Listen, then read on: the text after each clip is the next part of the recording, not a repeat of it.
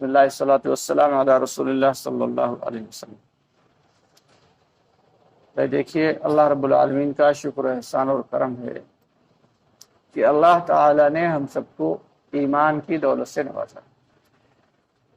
اس پر اللہ تعالیٰ کا جتنا بھی شکر ادا کریں کم، کیونکہ اللہ تعالیٰ فرماتے ہیں لئن شکرتم لأزیدنکم، کہ تم ہماری نعمتوں پر شکر کرو، ہم تمہاری نعمتوں کو بڑھا دیں گے۔ وَلَئِن كَفَرْتُمْ إِنَّ عَذَابِي لَشَدِيدٌ، کہ اگر ناشکری کرو گے تو کیا کریں گے؟ تو اس کے لیے، ناشکری کرنے والوں کے لیے بہت دردناک قسم کا عذاب، دردناک قسم کا عذاب۔ تو اللہ تعالیٰ کو ہر چیز میں شکر پسند۔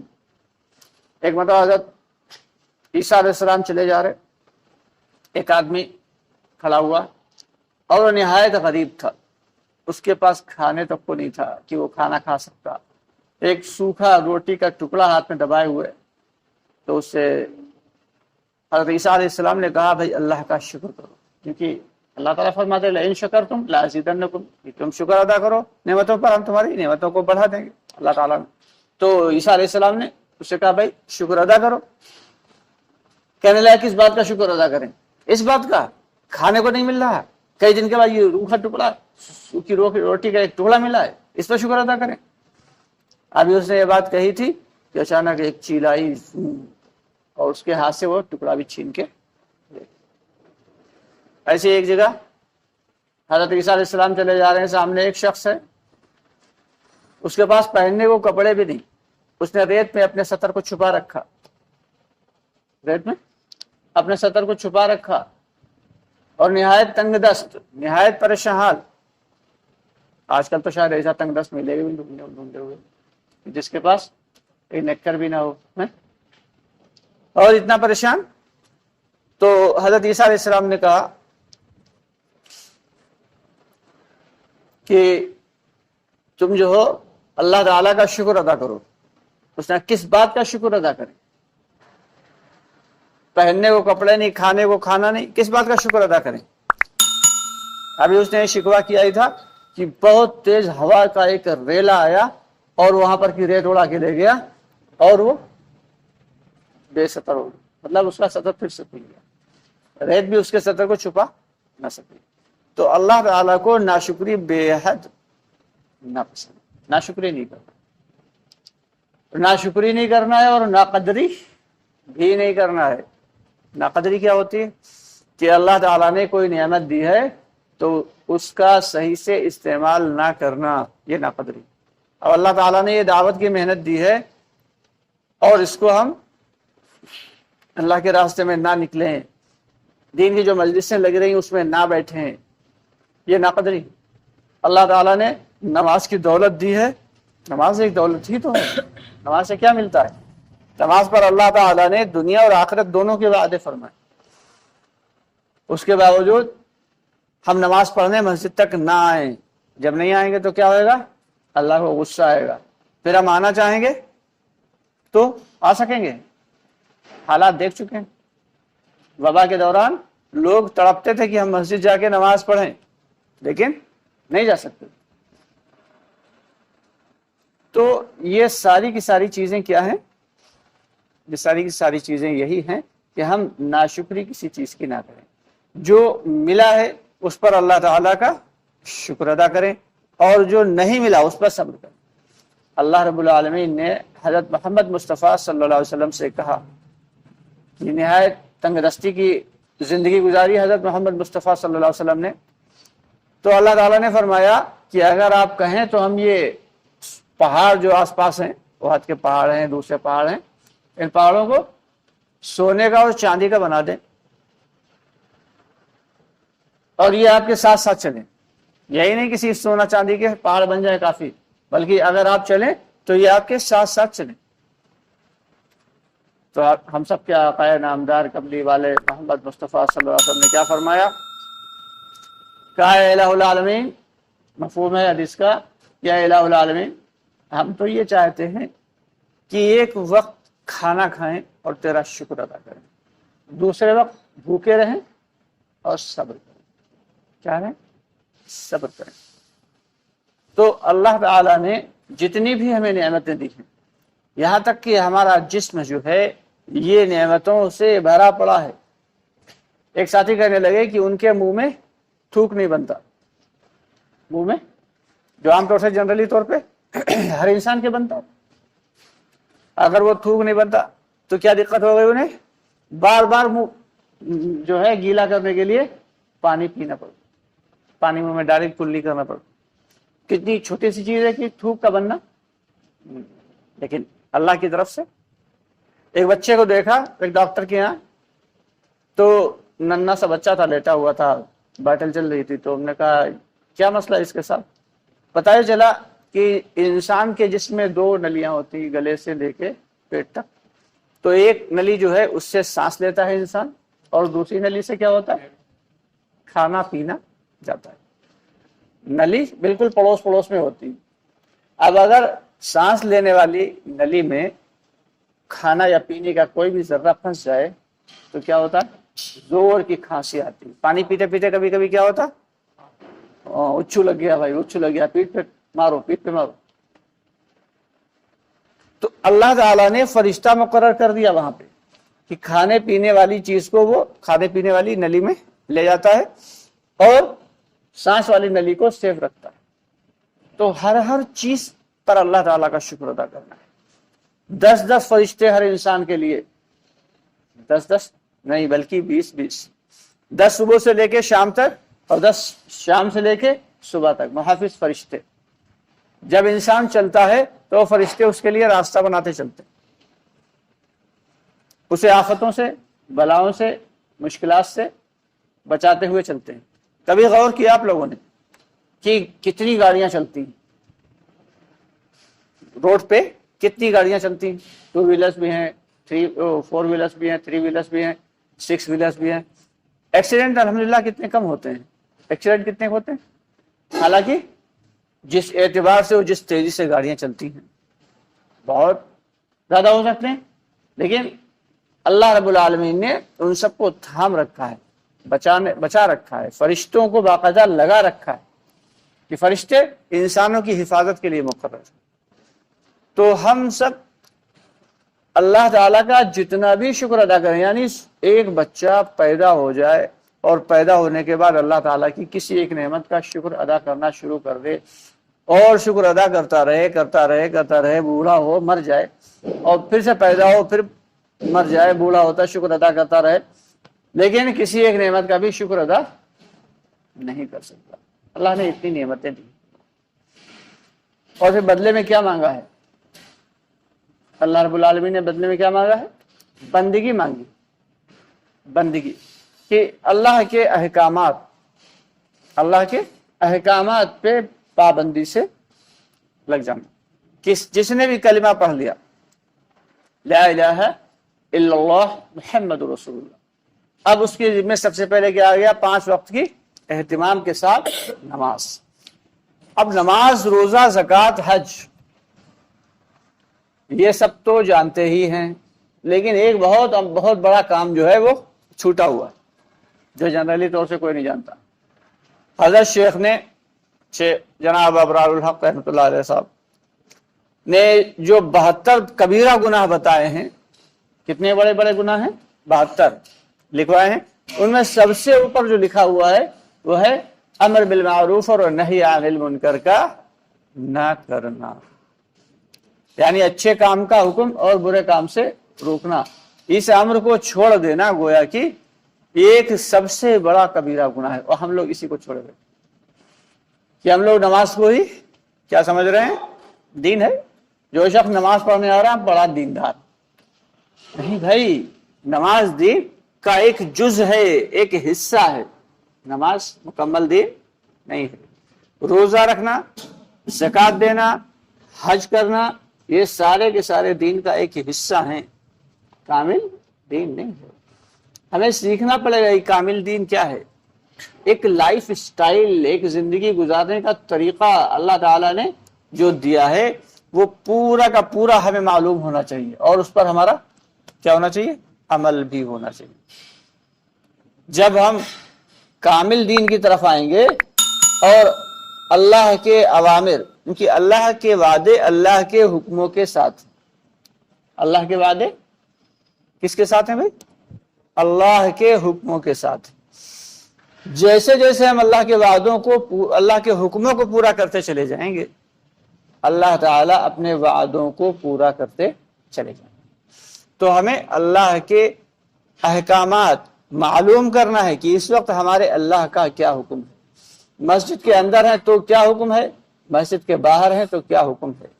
ہمیں نبی کے طریقے کو سیکھنا پڑے گا، کیونکہ نبی کا طریقہ ہی ایک ایسا ہے جو ہمیں اللہ سے ملا سکتا ہے۔ دنیا کی کوئی بڑے سے بڑا راستہ، بڑے سے بڑے پیر فقیر کا بھی کوئی راستہ نہیں ہے۔ سب سے پہلے کیا ہے؟ نبی کا راستہ۔ اور جتنے بھی بڑے بڑے اولیاء اللہ، بزرگان دین، صحابہ کرام، تبع تابعین گزرے ہیں، یہ سبھی اسی راستے سے ہو کے گزرے ہیں، تب اللہ کو پہچانا۔ اللہ کو پہچاننا اور اللہ کی بڑائی، اللہ کی قدرت کا تعارف ہونا، یہ کب ہوتا ہے؟ جب ہم اللہ کے نبی صلی اللہ علیہ وسلم پر کامل راستے پہ چلنے والے بنے کہ ہمارے نبی نے اس وقت کیا کیا۔ ہم یہاں تک کہ استنجا کرنے کا بھی طریقہ ہمارے نبی نے بتا دیا ہے۔ کوئی دنیا کی کوئی ایسا ریزن نہیں جو بتا دے کہ استنجا کرنے کا طریقہ کار کیا۔ کیوں بھائی؟ اس کے باوجود اللہ نے ہمیں دنیا میں بھیجا آزمانے کے لیے، جو چیزیں دی یہ آزمانے کے لیے، مال و اسباب دیے آزمائش کے لیے۔ ہم اس آزمائش میں پورے نہیں اتر پا رہے۔ اس آزمائش میں کیوں بھائی؟ پورے اتر رہے ہیں کیا؟ ماشاءاللہ۔ ان آزمائش میں اگر ہم پورے اتر جائیں تو پھر دیکھو اللہ کی مدد کیسے آتی۔ یہ سارے کے سارا نظام دنیا کا کون چلا رہا ہے؟ اللہ چلا رہا ہے۔ اللہ چلا رہا نا۔ یہ سورج کا نکلنا اپنے وقت متعینہ پہ، اور سورج کا ڈوب جانا، پھر چاند کا نکلنا، پھر چاند کا ڈوب جانا، زمین کا اپنی سطح پہ اس طریقے سے گردش کرنا جس سے صبح شام صبح شام صبح شام بدل رہا ہے، اس طریقے سے گردش کرنا جس سے موسم بدل رہے ہیں، گرمی جاڑا برسات چینج ہو رہا ہے۔ یہ سب کون کر رہا ہے؟ اپنے آپ ہو رہا ہے۔ کیوں بھائی؟ کہیں پہ اچانک زلزلہ آ جاتا ہے، کہیں پہ اچانک باڑھ آ جاتی ہے، کہیں پہ اچانک جو ہے کوئی دوسرا۔ یہ سب کون کر رہا ہے؟ یہ سب اللہ کر رہا ہے۔ ایک بہت بڑے پروفیسر صاحب پہنچے فرانس، تو وہاں پہ انہوں نے جا کے ایک روم میں رہتے تھے۔ ان کا ایک روم میٹ تھا جو کسی بھی مذہب کو مانتا نہیں تھا، دہریہ تھا، کسی مذہب کو وہ مانتا نہیں تھا۔ تو انہوں نے، ان کی آپس میں اکثر بحث ہوتی تھی۔ اس کا یہ ماننا تھا، اس کا یہ کہنا تھا کہ یہ جو دنیا کا نظام چل رہا ہے یہ خود بخود چل رہا ہے، اسے کوئی چلا تھوڑی رہا ہے، کوئی سپر پاور نہیں ہے دنیا میں، یہ تو خود بخود چل رہا ہے۔ سورج کا کام ہے نکلنا، وہ نکلتا ہے ڈوب جاتا ہے۔ زمین کا کام ہے گھومنا، وہ اپنے دوری پہ گھوم رہی ہے۔ چاند کا کام ہے نکلنا، وہ نکل جاتا ہے۔ اچھا، یہ پروفیسر صاحب کہتے تھے، اسے سمجھاتے تھے لیکن وہ مانتا نہیں تھا، وہ اپنی دلیلوں سے کاٹ دیتا تھا۔ ایک دن کیا کیا پروفیسر ثناء اللہ صاحب نے؟ ایک بہت خوبصورت سا پوری دنیا کا ایک میپ بنایا، اٹھا کے دیوار پہ لگا دیا۔ جب وہ نہیں تھا، میپ بنایا پوری دنیا کا، ورلڈ میپ، اور اٹھا کے دیوار پہ لگا دیا۔ آجو، ماشاءاللہ ماشاءاللہ، اٹھا کے دیوار پہ لگا دیا۔ اب جب جگہ دے دو،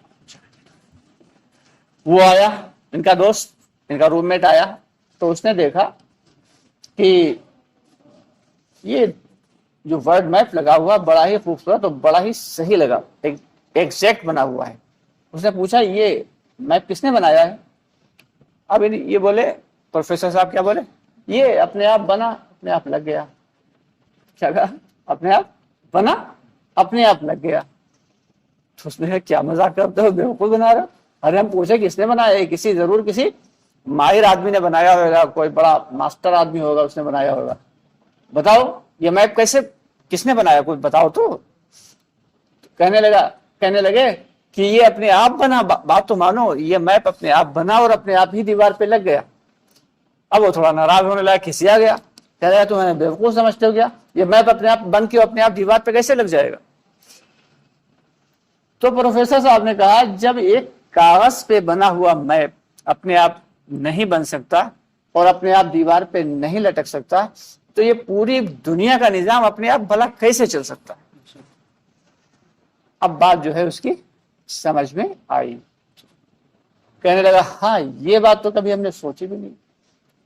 اس تب پھر جو ہے پروفیسر ثناء اللہ صاحب نے کہا کہ یہ دنیا میں ایک سپر پاور ہے جسے کوئی جانتا نہیں لیکن مانتے سب ہیں۔ جانتا نہیں ہے، دیکھا کسی نے اللہ کو؟ دیکھا نہیں، دیکھا، لیکن مانتے ہیں کہ ہاں، یہاں تک کہ آپ کسی ڈاکٹر کے یہاں اپنا پیشنٹ لے کے جائیں تو ڈاکٹر جو ہے وہ پیسے بھی لے گا آپ سے، اور اس کے بعد پھر اس کا ٹریٹمنٹ بھی کرے گا، اور اس کے بعد پھر کیا کہے گا؟ بھائی اگر زیادہ کریٹیکل کیس ہے کہے گا بھائی دعا کرو، یعنی اپنی پوری کوشش ضرور کر رہے ہیں لیکن کیا ہے؟ اللہ سے، گاڈ سے کیا کرو؟ کیوں بھائی؟ دعا کرو۔ ہر شخص یہ جانتا ہے کہ اس کی عمر کتنی ہے، آپ بھی جانتے ہیں، ہم بھی جانتے ہیں، آج کل کا دور ایسا، ہر ایک کو اپنی ڈیٹ آف برتھ پتا ہے، لیکن کتنی بچی ہے کوئی جانتا ہے؟ کون جانتا ہے؟ اللہ جانتا ہے۔ اللہ کے علاوہ دنیا میں کوئی شخص نہیں جانتا کہ اس شخص کی کتنی عمر بچی ہے، اور یہ جو دنیا میں اللہ تعالیٰ نے زندگی دی ہے یہ چند روز کی ہے۔ کتنے دن کی ہے بھائی؟ آپ کا کیا نام ہے؟ حسن۔ یہ دنیا کی زندگی کتنے دن کی ہے بھائی؟ چند روز کی ہے۔ یہ چند روز بھی نہیں ہے در حقیقت دیکھا جائے، کیونکہ آخرت دنیا میں مر جائیں گے، یہ تو سبھی جانتے ہیں کہ مر جائیں گے، لیکن در حقیقت کوئی مرتا ہے کیا؟ مرتا ہی نہیں ہے۔ مرتا ہے کیا؟ سول جو ہے، اسے روح بولتے ہیں، سول کبھی نہیں مرتی۔ ایک مرتبہ پیدا ہو گئی اللہ نے جس کو، روح کو ایک بار پیدا کر دیا، پھر وہ کبھی مرتی نہیں ہے۔ تو ایک جگہ سے دوسری جگہ ٹرانسفر جو ہوتا ہے اسے کہتے ہیں مر جانا۔ جسم کیا ہے؟ جسم سول ایک جان ہے، یعنی روح ہے، اور جسم کیا ہے؟ ایک کپڑے کی طرح ہے۔ کسی شخص نے اپنے کپڑے اتار دیے تو کیا کہیں گے؟ وہ آدمی ختم ہو گیا؟ نہیں، اس نے اپنے کپڑے اتارے ہیں، دوسرے بدل کے دوسرے پہن لیے، چینج کیے ہیں۔ تو اسی طریقے سے سول جو ہے، روح جو ہے، وہ ایک دنیا سے دوسری دنیا کی جانب منتقل ہوتی ہے۔ جو جسم رہ جاتا ہے کہتے ہیں مر گیا، مر کو نہیں جاتا، اس جسم کو اٹھا کے دفن کر دیتے ہیں، وہ تو مٹی سے بنا ہے، 70% پانی ہے اس میں کتنا ہے؟ 70% تو پانی ہے۔ مٹی، آگ، ہوا اور پانی، یہ چار چیزوں سے مل کے بنا انسان۔ ایک پانچویں چیز ہے جسے کیا کہتے ہیں؟ روح، جسے کہتے ہیں جان، جان، روح، وہ نکل گئی اصل۔ اب کیا بچا کیا ہے؟ آگ، مٹی، پانی، ہوا، یہ چار چیزیں بچی، اٹھا کے زمین کے اندر ڈالا، ختم۔ لیکن وہ روح جو ہے وہ سیدھی کہاں جاتی ہے؟ اللہ کے حضور جاتی ہے، عالم برزخ میں جاتی ہے۔ عالم برزخ کیا ہے؟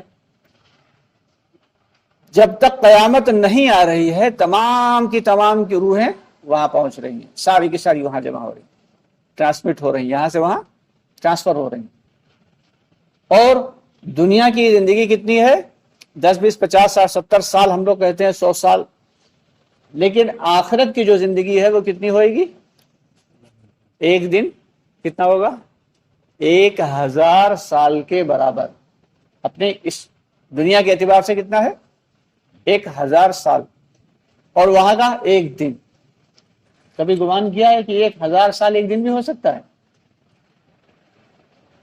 تو وہ کتنی بڑی زندگی ہوگی اس کے مقابلے میں۔ یہاں ہم دیکھیں 100 سال کتنی بڑی ہوئی۔ اگر کسی کی 100 سال، سپوز کر لیں کسی کی 100 سال، اول بات تو ہونے نہیں ہے، اپنے لوگ تو 60 70 سال میں نکل لیں گے، امید تو یہی ہے۔ جیسے جیسے دنیا نزدیک آ رہی قیامت، لوگوں کی عمریں کم ہوتی چلی جا رہی ہیں۔ تو اب اندازہ لگائیں کہ یہاں کی زندگی جب اتنی لمبی چوڑی لگ رہی ہے کہ اس کے لیے کیا کیا بنا رہے ہیں کہ ایک بچہ جب پیدا ہوتا ہے تو اگر لڑکی ہے تو اس کے نام سے فوراً اکاؤنٹ کھول دیا جاتا ہے، سیونگ اکاؤنٹ کھول دیا گیا، اس کی شادی کریں گے، کیا ہوگا؟ اس کی شادی کے لیے ایک آدھ پلاٹ بھی لے کے ڈال دیا گیا، پلاٹ بیچ کے اس کی شادی کر دیں گے۔ ابھی وہ بچی ہے اسے پتا بھی نہیں، ابھی وہ بچہ ہے اسے پتا بھی نہیں کہ اس کی پڑھائی کے اوپر جو ہے یہ پیسہ خرچ کریں گے۔ اب وہ نظم بن رہا، پروگرامز بن رہے، منصوبہ سازی ہو رہی، اماں ابا اور دادا دادی اور نانا نانی سب پیار سے اسے بڑا کر رہے ہیں۔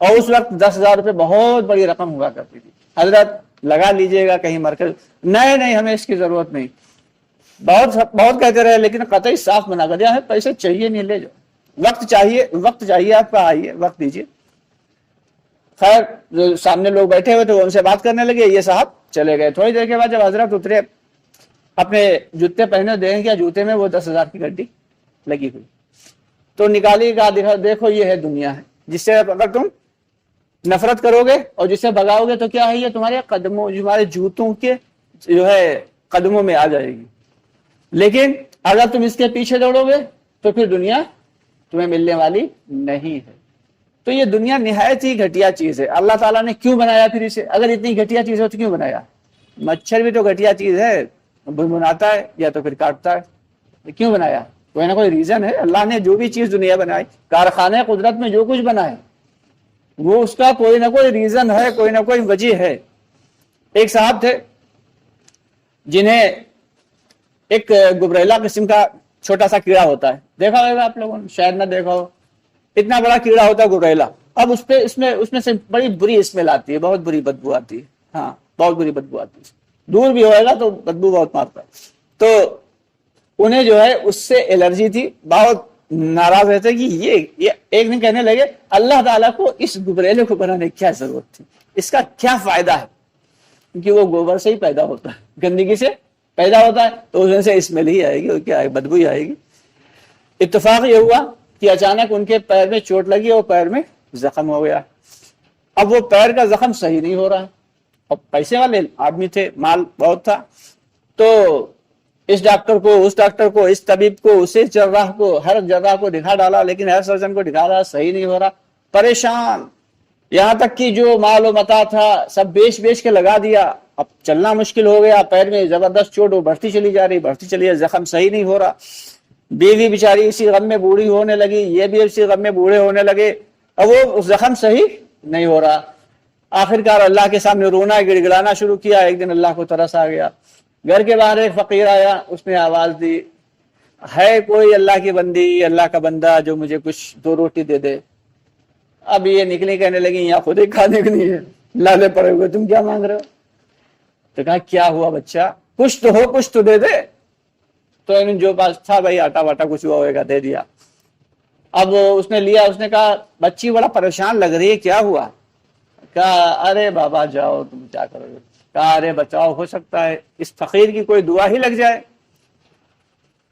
تو اب جب کوئی ہمدرد مل جاتا ہے تو رونا تو آ ہی جاتا ہے. بیچاری نے روتے روتے اپنی بات بتائی کہ ہمارے میاں بیمار ہیں, ہمارے شوہر بیمار ہیں, ان کے پیر میں ایسا زخم ہوا کہ کئی سال سے نہیں صحیح ہو رہا. ہمارے بہت اچھے حالات تھے, ان حالات میں ہم بہت خوش و خرم رہتے تھے, سب کچھ بیچ کے لگا دیا, لیکن ان کے پیر کا زخم صحیح نہیں ہوا. کہا اگر مانو تو ہم ایک دوا بتا دیں. کہا کہ اتنے بڑے بڑے طبیب و جراح تو ہار گئے, اب آپ کیا دوا بتاؤ گے؟ کہ اگر مانو, سب کو آزمایا, ایک بتا میری دوائی بت. کہا بھائی ٹھیک ہے. کہا وہ جو گوبر میں پیدا ہوتا ہے کیڑا گبریلا, 2-4 گبریلے لا کے انہیں جلاؤ اور پیس کے اس کے زخم پہ لگا دو. اب یہ بھی اندر بیٹھے سن رہے تھے, اچانک انہیں شناخت ہوا ہے گبریلے سے ہمارا علاج ہوگا. لیکن تب تک وہ سارا جو اندر کا تھا مال مسالہ, تکبر, وہ ختم ہو چکا تھا. خیر ڈھونڈ کے لایا گیا, جلا کے لگایا, 2-1 دن لگایا, اللہ کے فضل سے ان کا زخم ٹھیک ہو گیا. تب ان کے ذہن میں آیا کہ ایک مرتبہ ہم نے کہا تھا کہ اللہ نے اس گبریلے کو پاپا کیوں بنایا, تو اللہ نے آج دکھا دیا کہ اسی لیے بنایا کہ جو لام علاج مرض ہے اس میں بھی یہ گبریلا کام آ جاتا. تو اس لیے ہم سب کو ہر وقت اللہ سے ڈرتے رہنا چاہیے, اور اللہ کی دی ہوئی نعمتوں پر شکر ادا کرتے رہنا چاہیے. اس کارخانے قدرت میں جو کچھ اللہ تعالیٰ نے بنایا, ہر چیز کا کوئی نہ کوئی ریزن ہے, کوئی نہ کوئی وجہ ہے, اور اس کا کوئی نہ کوئی مقصد ہے. تو مرنے کے بعد جو سول ہے بس وہی بچتی ہے. جسم تو اٹھا کے زمین کے اندر ڈال دیا جاتا ہے, اور جو روح ہے وہ اوپر جاتی ہے, عالم برزخ میں رہتی ہے. وہیں آپس میں بہت ساری روحیں جو جنت کی طرف جانے والی ہوتی ہیں, تو ان کو رکھا الگ جاتا ہے.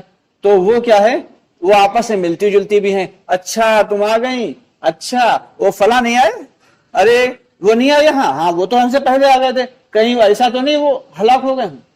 یعنی جو شخص برے اعمال کر کے جائے گا اس کی روح زمین کے تہخانوں میں ڈال دی جاتی ہے. جو نیک اعمال کر کے جائے گا وہ اللہ تعالیٰ آسمانوں پہ اس کی روح کو بھیجتے ہیں. سب سے پہلے روح جاتی ہے اللہ کی بارگاہ میں، جا کے سجدہ ریز ہوتی ہے. اس کے بعد اللہ تعالیٰ اسے کہاں بھیج دیتے ہیں؟ عالم برزخ میں. تو ہم سب کو کوشش یہ کرنا ہے کہ یہ دنیا کی چند دن کی زندگی سے میں پڑھنا نہیں ہے، یہ بہت دن کی زندگی نہیں ہے، چند لمحوں کی ہے. آخرت کے اعتبار سے دیکھا جائے تو شاید 2-3 منٹ کی ہے، لیکن اس کے باوجود ہم لوگ فکر مند کس کے لیے رہتے ہیں؟ کیوں بھائی حسان، کس کے لیے رہتے ہیں؟ ہائے دنیا، ہائے دنیا، ہائے دنیا. تو ہمیں کیا کرنا ہے؟ اس دنیا کو چھوڑنا نہیں ہے. اسٹڈی بھی کرنا ہے، پڑھائی بھی کرنا ہے، کاروبار بھی کرنا ہے. اب ٹوپی مسلح لے کے ہر وقت مسجد میں نہیں بیٹھنا ہے، لیکن اللہ کے احکامات نبی پاک صلی اللہ علیہ وسلم کے طریقے پہ پورے کرتے رہنا ہے. کہ جس وقت اللہ کی جانب سے حکم آ جائے نماز کا، اب اسٹڈی بند، اب کاروبار بند، اب ملازمت چھٹی، فوراً پہنچ گئے اللہ کی بارگاہ میں، نماز پڑھی، ریفریش ہو گئے ایک دم. کمپیوٹر نہیں ریفریش کر دیتے ہیں، یہ بہت زیادہ ہوا تو ریسٹارٹ کر دیا، کہیں ہینگ کر رہا، تو ایسے ریفریش ہو جائیں گے. وضو کیا، نماز پڑھی اللہ کی بارگاہ میں آ کے، اور اس کے بعد پھر گئے، پھر اپنا کام کیا. پھر بارگاہ سے آواز آئی، حی علی الصلاۃ حی علی الفلاح، آؤ نماز کی طرف، آؤ کامیابی کی طرف. یہ کیا ہے بھائی؟ کامیابی کیا ہے؟ یہ وہ کامیابی ہے جو دنیا میں بھی ملنے والی ہے اور آخرت میں بھی ملنے والی ہے. یہ وہ کامیابی. ہر انسان آج کل سکسیس تلاش کر رہا ہے. اس جو ہے ہمیں سکسیس کیسے مل جائے، ایسا کون سا طریقہ ہو. سکسیس ہم سمجھ رہے ہیں کہ ہم بہت بڑے بزنس مین بن جائیں یا اپنا بہت اچھا بڑا سا امپائر کھڑا کر لیں، ہم سکسیس ہو جائیں گے. نہیں، بلکہ سکسیس یہ ہے کہ ہم اللہ کو پہچان لیں. یہ ہے اصل سکسیس. سکسیس یہ ہے کہ ہم اللہ کے چاہنے والے بن جائیں، اللہ ہمیں چاہنے والا بن جائے. تو یہ ہے سکسیس، یہ کامیابی. تو اس یہ کامیابی کیسے ملے گی؟ کیوں بھائی احسان، کیسے ملے گی؟ جب ہم اللہ کے حکم نبی پاک صلی اللہ علیہ وسلم کے طریقوں پہ چل کر کے اعتبار سے پورے کریں گے. تو اس کے لیے باقاعدہ سیکھنا پڑے گا. سائنس بغیر سیکھے آ جاتی، میتھمیٹک بغیر سیکھے آ جاتی، بزنس بغیر سیکھے آ جاتا ہے. ہر کام کو سیکھنا پڑتا ہے. تو جب ہر کام سیکھنا ہے تو جس پہ دنیا اور آخرت دونوں کے وعدے ہیں وہ بغیر سیکھے کیسے آئے گا؟ تو دین پہ چلنا بھی ہمیں سیکھنا پڑے گا، ایمان کی محنت بھی ہمیں سیکھنی پڑے گی. اور یہ کہاں سیکھیں گے؟ آرام سے بازار میں مل جائے گی سیکھی سکھائی نہیں. کیوں بھائی؟ اس کے لیے جان، مال، وقت تھوڑا سا لگانا پڑے گا. اللہ کے راستے میں تھوڑا سا لگانا پڑے گا. تو اس کے لیے انشاءاللہ تفصیلی بات جو ہے مغرب میں ہوئے گی. آپ لوگوں سے گزارش ہے کہ آپ لوگ جو ہے مغرب کی نماز کے بعد مغرب کی نماز میں تشریف لائیں، اور جو ساتھ میں ملے اس کو ساتھ میں لے کے آئیں. جو بھائی میں ہمارا ملے اس کو ساتھ میں لے کے آئیں، اور مغرب کی بات میں خود یہ بیٹھیں اس کو ہی بٹھائیں. اور اس کے بعد جو تقاضے رکھے جائیں